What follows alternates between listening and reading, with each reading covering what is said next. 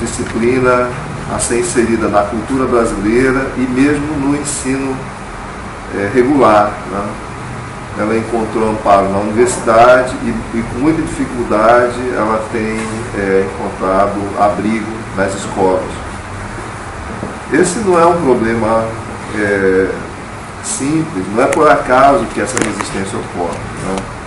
Como vocês sabem, o Brasil ele organizou a sua educação primeiro através de diretrizes religiosas, depois através de diretrizes ideológicas.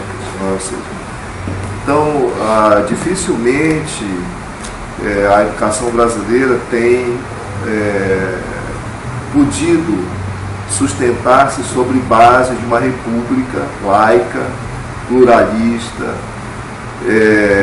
democrática, livre, com a condição da livre expressão. Então, a dificuldade que a filosofia tem para inserir-se nas diversas esferas da educação brasileira decorre disso, né?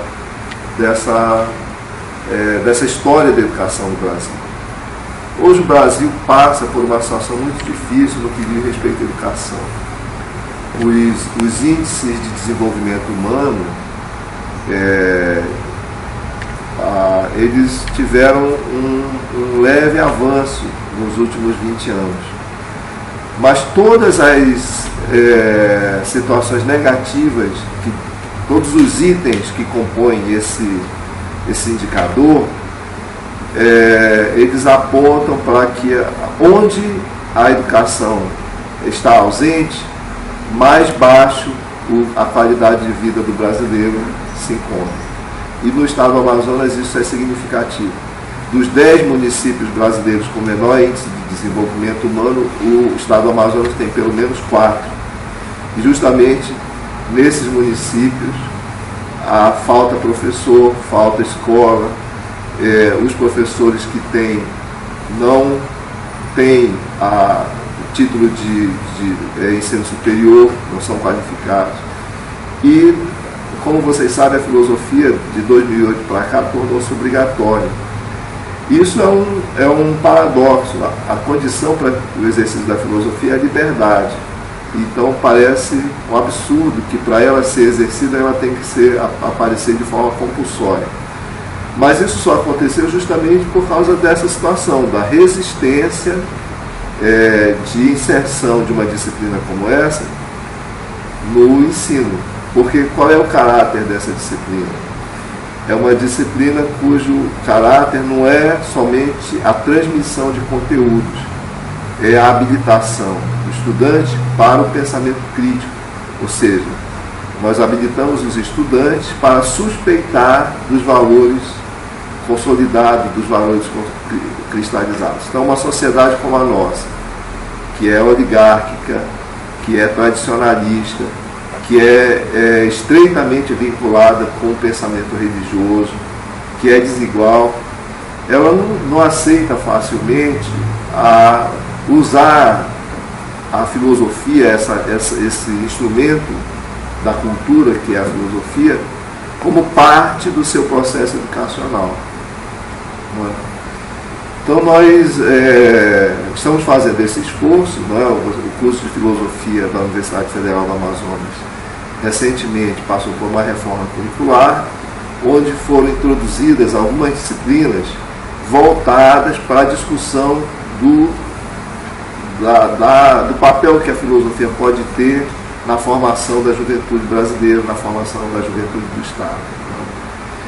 Então, é uma disciplina que também proporciona atividades como essa que tiram a aprendizagem, as práticas da aprendizagem da sala de aula e forçam alunos e professores a encontrar outros espaços, outras modalidades do exercício da aprendizagem, do exercício da docência e dos estudos, do processo mesmo de aprendizagem. nós precisamos encontrar um outro equilíbrio, de tal modo que aquelas técnicas de leitura, de exame de texto, de investigação da história da filosofia sejam coadunadas, ou que haja um outro tipo de peso, né, em relação à atividade de produção de texto, de organização de seminários, de realização de exercícios escolares. Né? Como eu disse anteriormente, a condição que a filosofia exige para existir é a liberdade. Ora, a liberdade, ela é um exercício. Você pode ter a opção de fazer ou não fazer, mas se você não faz, essa liberdade é inócua, ela é improdutiva, ela simplesmente deixa de ser notada, torna-se insignificante. Então, para que haja a liberdade, é preciso aquilo que o Kant já dizia: tenha coragem de pensar, ousa fazer de si a instância deliberativa das tuas ações, da tua conduta, né? Ou seja, tem a coragem de pensar por si mesmo. Né? Eu espero que nós possamos ter alguma repercussão, né? Também essa é uma atividade modesta, com recursos modestos.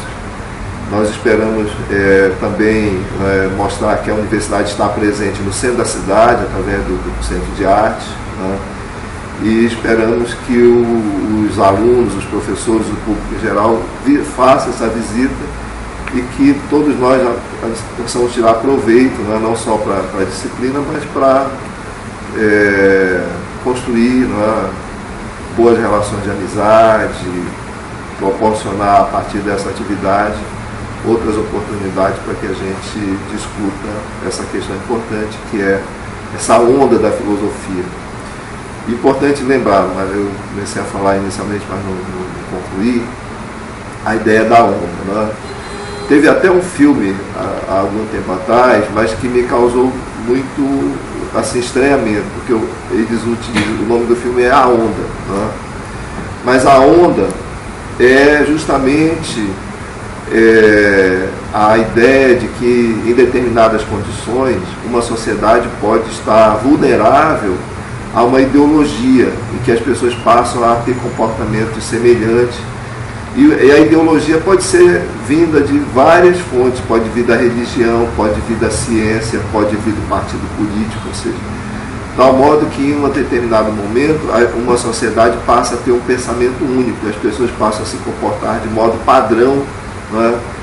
E aniquilando qualquer diferença, qualquer forma de expressão que seja diferente daquela que tornou-se padrão. No nosso caso, quando nós pensamos a filosofia, que onda é essa, não se trata disso, se trata de mostrar que muitas vezes a filosofia aparece como uma moda, né? A onda, que onda é essa, que é, como os jovens falam, né? Ou seja, em determinados momentos, que nós já tivemos muitos episódios no Brasil, né, de aparecer um Raul Seixas, de aparecer a Bossa Nova, de aparecer, ou seja, manifestações artísticas que são, de certo modo, familiares, têm alguma afinidade com a filosofia. Por quê? Porque se desenvolvem com esse estilo de questionamento, de rebeldia, de interrogação, né? E que, por exemplo, nós tivemos recentemente manifestações dos chamados Black Bloc, que constituem as pessoas, existe alguma coisa na sociedade que faz uma espécie de tremor de terra, né? Uma turbulência que faz com que as certezas sejam colocadas em dúvida, e as pessoas começam a se manifestar de diversas maneiras, de forma violenta, de forma crítica, de forma pacífica, mas o que existe de comum nessa onda é que existem determinadas situações que já não são mais toleráveis, né? E esse é onde entra o papel da filosofia, ou seja, vem cá, as coisas não são do jeito que nós gostaríamos que fosse. Mas vamos pensar, então, vamos ter um tempo para pensar, muita calma nessa hora, né? Ou seja, da rebeldia, do sentimento de intolerância, é preciso construir alguma coisa. Ou seja, se a ordem, se alguma coisa está fora de ordem, será que essa ordem é a melhor? Será que nós não podemos pensar uma nova forma de ordenar as coisas, as nossas relações, o nosso conhecimento? Ou seja, a filosofia, que onda é essa? O papel que a filosofia pode ter no ensino médio não tem nada a ver com a simples transmissão de um conteúdo, mas o fato de que pertence à dinâmica da cultura pensar. Ou seja,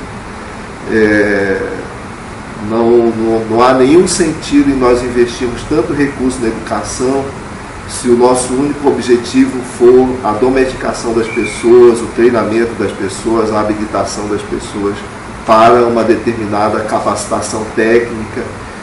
Tudo isso é necessário, capacitar o profissional, desenvolver novas tecnologias, conhecer a natureza, mas nada disso tem sentido se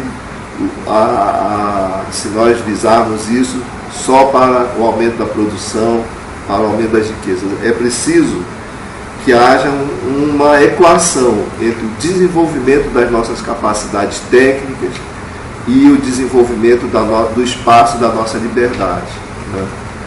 Ou seja, é preciso desenvolver a nossa capacidade de alterar a natureza, de produzir bens econômicos, mas isso não pode ser feito em detrimento da liberdade, da pluralidade, é preciso haver compatibilização dessas duas coisas. Esse é o desafio que não só a filosofia, mas toda ação educativa, pedagógica, artística, cultural tem diante de si na sociedade contemporânea, né? Então eu espero, né, que a gente possa ter sucesso. Mais uma vez eu agradeço por estar aqui. A gente vai então fazer a nossa confraternização.